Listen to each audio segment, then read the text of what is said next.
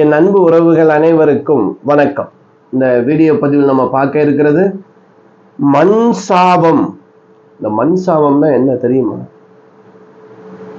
ரொம்ப இடங்கள்ல நம்ம பார்ப்போம், இல்ல நம்மளே அதை அனுபவிச்சிருப்போம், இல்ல நம்மளே அதை செஞ்சிருப்போம். ஒரு ஏமாற்றம், இல்ல யாராவது நமக்கு ஒரு அவப்பேரை ஏற்படுத்தி நமக்கு ரொம்ப மனவேதனையை கொடுத்தாங்கன்னா, நம்மளுடைய சொத்தை அபகரிச்சாங்கன்னா, நம்ம செய்யாத ஒரு தவறுக்கு நீ தான் செஞ்சேன்னு அதுக்கு காரணம் காட்டி நமக்கு தண்டனை வாங்கி கொடுத்தாங்கன்னா எவ்வளவு பெரிய மனவேதனையா இருக்கும். அப்படி மனவேதனையில சிலர் செய்யக்கூடியது, அப்படி மண்ணை வாரி நீ நாசமா போகணும், நீ நல்லாவே இருக்கக்கூடாது, உன் குடும்பம் வளராது அப்படின்னு அந்த மண்ணை தூவி சாபம் போடுறாங்க இல்லையா? கோவில் முன்பாகம் போடுவாங்க, இல்ல கிழக்கு நோக்கியும் போடுவாங்க, இல்ல மேற்கு நோக்கியும் போடுவாங்க. ஆனா 4 திசைக்கும் பவர் உண்டு. எந்த திசையில போட்டாலும் எண்ணத்துக்கு பவர் உண்டு.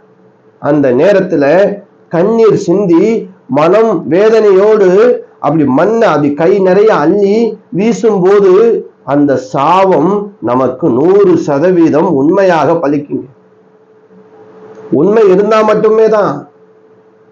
அதுக்காக என்னுடைய சொத்து, எனக்கு தான் அந்த சொத்து பாத்தியப்பட்டது, எனக்கு எல்லா ஆதாரங்களும் இருக்கு, உண்மையில நம்ம தவறு செஞ்சுட்டு அந்த தவறை ஒருத்தர் கண்டுபிடிச்சு நம்மளை குற்றவாளியா ஆக்கிட்டாரு அப்படின்னா, திசை திருப்புறதுக்காக வைத்தறிச்சல்ல மண்ணெளி தூவுறது ஒருபோதும் பலிக்காது. எப்படி? சும்மா நம்ம தப்ப வச்சுக்கிட்டு அந்த மண் சாபம் விடுறது கண்டிப்பாக பலிக்காது. நீங்க பயப்பட தேவையே இல்லை.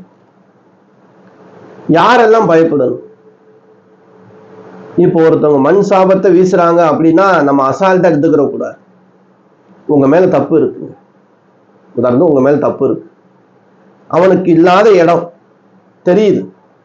இப்போ ஒரே குடும்பத்துல இருப்பாங்க, இந்த பாகம் இந்த பாகம்னு சொல்லி பெரியவங்க சொல்லியிருப்பாங்க, அந்த பாகத்துல நமக்கு ஒரு பாகம் வந்திருக்கும், நம்ம ஏதோ கஷ்ட சூழல்ல அதை வித்திருக்கலாம், இல்ல அப்படின்னா ஆசை கோளாறுல தம்பி எங்கேயோ ஊர்ல இருப்பாரு, இல்ல அண்ணன் ஊர்ல இருப்பாரு, அதை நம்ம அபகரிக்கிறதுக்காக ஏதாவது ஒரு சூழ்ச்சி பண்ணி நம்ம தப்பு செஞ்சிருந்து அந்த மனசு நமக்கு தெரியும். அப்படி செய்யும் போது அந்த வைத்தறிச்சல்ல அவங்க சாபம் விட்டாங்கன்னு வச்சுக்கிடுங்க. இந்த சாபம் உங்களுக்கு முன்னாடிதான் அள்ளி வீசுவாங்களா? கிடையாது. மறைமுகமா கூட வைத்தறிச்சல்ல இந்த மாதிரி பண்ணிட்டானே, இந்த மாதிரி செஞ்சிட்டானே அப்படின்னு சொல்லிட்டு அந்த மண்ணை தூத்தும் போது மிகப்பெரிய சாபம், பூமியுடைய சாபம், மண் சாபம், செவ்வாய் தோஷத்தை கடுமையாக பாதிப்பு கொண்டு வரும். ஏன்னா ரொம்ப பேர் ஜாதகத்துல பாத்தீங்கன்னா செவ்வாய் தோஷம் வர்றதுக்கு முதன்மையான காரணம் பார்த்தீங்கன்னா மண் தோஷம் தான். இந்த மண் தோஷம் எப்படி வேணுமாலும் வரும். பூர்வ புண்ணியத்தில் இருக்கக்கூடிய பிரச்சனைகளால், அவங்க செஞ்ச பிள்ளைகளால ஏற்படுறது. நம்ம சொல்றது மண் சாபம். இந்த மண் தூத்துற சாபத்தை தான் நம்ம பேசிட்டு இருக்கோம். பூமிக்கெல்லாம் வேற வேற விஷயம் இருக்கு, நான் அடுத்தடுத்த வீடியோல கொடுக்குறேன். அப்படி உங்களுக்கு மனசுல நான் செஞ்சது தப்புதான் அப்படின்னு தெரிஞ்சா நீங்க செய்ய வேண்டியது என்ன? ஆனா இந்த மண் சாபம் உங்களுக்கு பலிக்குது அப்படின்னா நீங்க உண்மையில தப்பு பண்ணிருக்கீங்க, செய்யாத ஒரு தப்பை செஞ்சோம்னு சொல்லியிருக்கிய, அவனுடைய சொத்தையோ அவனுக்கு தேவையில்லாத களங்கத்தையோ உருவாக்கி இருக்கி, ஏதேனும் ஒரு ரூபத்துல அவனுக்கு மனசை புண்படுத்திருக்கி, அவன் மண் சாபம் விட்டுருக்காரு அப்படின்னா உங்களுக்கு என்ன நடக்கும் தெரியுமா? முதல்ல உங்க வீட்டுல சுபகாரியமே நடக்காது. எப்படி? உங்க வீட்டுல சுபகாரியமே நடக்காது. எனக்கு கண்ணுக்கு முன்ன தெரிஞ்ச ஒரு விஷயத்தை நான் பார்த்ததை சொல்றேன். ஒருத்தர் ஒரு பொண்ணை விரும்புறார், அந்த பொண்ணை தான் கல்யாணம் பண்ணிக்கிறேன்னு கடைசி வரைக்கும் சொல்லிட்டார். பெத்தவங்க என்ன பண்றாங்க, ஒரு பொண்ணு பார்த்துட்டாரு, இது நமக்கு செட் ஆகாதுப்பா, ஜாதி மதம்லாம் செட் ஆகாது அப்படின்னு சொன்ன உடனே இவர் என்ன பண்றாரு, எனக்கு பெத்தவங்க வரன் பார்த்துட்டாங்க அதனால வேணாம் அப்படின்னு சொல்லும் போது இந்த பொண்ணு இவனே நம்பி இருந்தது இல்லையா? என்னுடைய இதுல நடந்த சம்பவங்க. எங்க ஊர்ல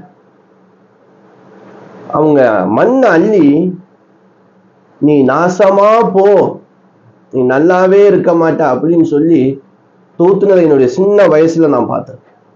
ஆனா அந்த குடும்பத்தை இப்ப பார்க்கும்போது, அந்த ஆணுடைய குடும்பத்தை மனைவி போயிடுச்சு, விட்டு போயிடுச்சு.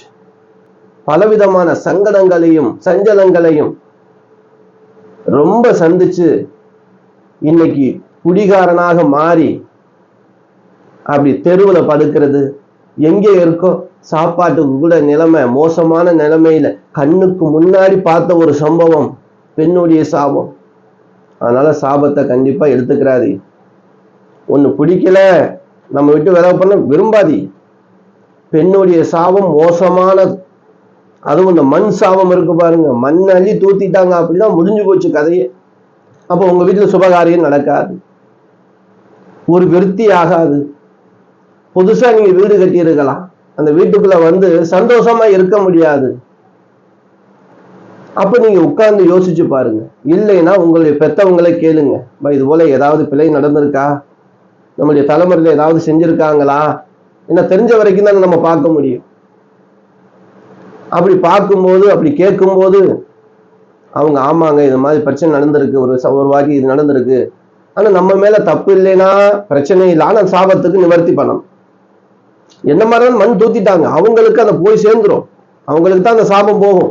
இருந்தாலும் அந்த தூத்திய சாபத்தில் ஒரு பங்கு நமக்கு வரும். அது நமக்கு ஏதேனும் ஒரு வகையில தொல்லை கொடுக்கும். உண்மையில உங்க மேல தப்பு இருக்கு அப்படின்னா நீங்க அவங்களுடைய இடத்த அபகரிச்சிருந்தீங்கன்னா கண்டிப்பா அவங்களை கூப்பிட்டு இடத்த கொடுத்துரும்.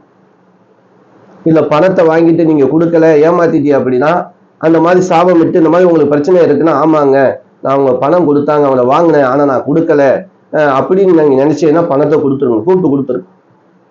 இது போல உங்க மனசுல தப்பு, நான் இதுதான் செஞ்சேன், இல்ல அவன் மேல அவப்பேரை உருவாக்குனேன், அது பொறுப்பேற்றுக்கிறங்க. நீங்க போய் நீங்க இப்படியே இருந்தீங்கன்னா உங்களை மட்டும் பாதிக்காது, உங்க தலைமுறையவே பாதிக்கும். இந்த மண் சாபம் சாதாரண சாபம் கிடையாது, மன ரீதியான அழுத்தத்தோடு கண்ணீரிட்டு தூவக்கூடிய மண் மிகப்பெரிய சாபம். நான் அந்த தப்புலாம் பண்ணலையே, எனக்கு அது மாதிரி பண்ணியிருக்காங்களே, நான் என்ன பண்றது அப்படின்னா அதுக்கு பரிகாரத்தை சொல்றதுக்கு தான் இந்த வீடியோவே உங்களுக்கு. ஆனா உண்மையில தப்பு இருக்கு அப்படின்னு சொல்றவங்களுக்கு பரிகாரம் நான் சொன்னதான், அவங்க கிட்டே போய் அந்த ஒரு உடமையை ஒப்படைச்சிட்டு நான் சொல்ற பரிகாரத்தை பண்ணி, இல்ல உங்க அப்பா வழியில செஞ்சிருந்தாலும் சரி அந்த மாதிரி இருந்துச்சு அப்படின்னா கேளுங்க. நான் எதுவுமே செய்யலையேங்க, நான் வீடு கட்டினேன், எப்படி இருக்கு, நல்லாவே இல்லை, கல்யாணம் ஆகல ஒண்ணு, அப்பா இது மாதிரி ஏதாவது சாபங்கள் சண்டைகள் பிரச்சனைகள் நடந்துச்சா, ஆமா அண்ணன் தம்பிக்குள்ள பிரச்சனைகள் வந்துச்சுப்பா, அக்கா தங்கச்சிக்குள்ள வந்துச்சு, ஆமா கண்ணீர் விட்டு அழுதாங்க பேசினாங்க, அது மாதிரி இருந்துச்சு அப்படின்னா உங்க வீட்டுல நல்ல விஷயமே நடக்காது, அது காரிய தடை உண்டு பண்ணும். தப்பே இல்லாட்டாலும் அந்த பாதிப்பு கொஞ்சம் இருக்கும் நமக்கு. அப்படி இருந்தால் நீங்க செய்ய வேண்டியது இந்த மண் லிங்க பூஜை. உங்க ஊர் பக்கம் கடல் இருந்துச்சு அப்படின்னா கடற்கரை ஓரமாகவே கடல் மண்ணால அப்படி ஒரு சிவலிங்கத்தை பிடிங்க. அப்படி சிவலிங்கத்தை பிடிச்சு அதுக்கு ஒரு சந்தன குங்குமம் இட்டு ஒரு வில்வ இதழ் மேல வச்சு ஒரு ஊதுபத்தி கொளுத்தி வச்சு, யாரிட்ட சாபமாயினும் மண் சாபம் நீங்க, மறைமுகமாகவோ நேர்முகமாகவோ இட்ட சாபங்கள் நீங்க சிவபெருமானே அப்படின்னு சொல்லி சிவன்கிட்ட மனமுருகி பிரார்த்தனை பண்ணிட்டு, என் மீது எந்த விதமான தப்பும் கிடையாது, ஆனா என் குடும்பத்துல பலவிதமான பிரச்சனைகளும் சிக்கலும் இருக்கு, இதெல்லாம் தீர்த்து வைக்கணும் சிவபெருமானே அப்படின்னு உங்களுக்கு என்னெல்லாம் பிரச்சனை தடைகள் உடல் ரீதியா மன ரீதியா, ஏன்னா மருத்துவ விரயங்களும் அதிகமா இருக்கும் இந்த மாதிரி சாபம் இருந்துச்சு அப்படின்னா. உங்களுக்கு மனசுல செஞ்ச தப்புனா போயிட்டு அந்த நபர்கிட்ட போய் அந்த தப்பை சொல்லிட்டு நான் தான் அதுக்கு பொறுப்பு மன்னிச்சுக்கன்னு சொல்லி மனசார மன்னிப்பு கேட்டு அது என்ன இருக்கோ அதை நீங்க செஞ்சிடும். சும்மாலாம் நம்ம வந்து ஐயோ திருப்பி எப்படி போறது அப்படின்னு நினைக்காதீங்க, வாழ்க்கை பிரச்சனை. அதுபோல சிவபெருமான்கிட்ட வேண்டி பிரார்த்தனை பண்ணிட்டு ஒரு 10 நிமிஷம் உட்கார்ந்துட்டு அந்த மண்ணை அப்படியே எடுத்து அந்த கடல் நீர்ல போட்டு மண் சாபம் நீங்கிரும். கண்டிப்பா சொல்றேன், குடும்பத்தோட போய் கூட உட்கார்ந்து பண்ணுங்க. இல்லைன்னா நம்ம ராமேஸ்வரத்தில் இந்த மாதிரி இடங்கள்ல சிவலிங்க பூஜை மண் லிங்க பூஜை பண்ணுவான். அப்படி பண்றவங்க முறையா பண்றவங்க நீங்க சொல்லி கூட பண்ணலாம், நம்ம இடங்கள்ல நடக்கிறது. அடுத்து பார்த்தீங்கன்னா எங்க ஊர் பக்கம் கடல் இல்லையங்க, நாங்க என்ன செய்யறது அப்படின்னா பத்ரகாளி அம்மன், எப்படி பத்ரகாளி அம்மன் வழிபாடு பண்ணலாம். இந்த பத்ரகாளி அம்மன் கோவில்ல போய் என்ன பண்ணுங்க, ஒரு சின்ன தாம்பால தட்டு சில்வர் தட்டு கூட இருக்கலாம், அங்கேயே இருக்கக்கூடிய ஏதேனும் ஒரு மண்ணை கையில ஒரு புளி எடுத்து வச்சு அது மேல 9 வெத்தலை 5 களிப்பாக்கு ஒரு எலுமச்சம்பழம்.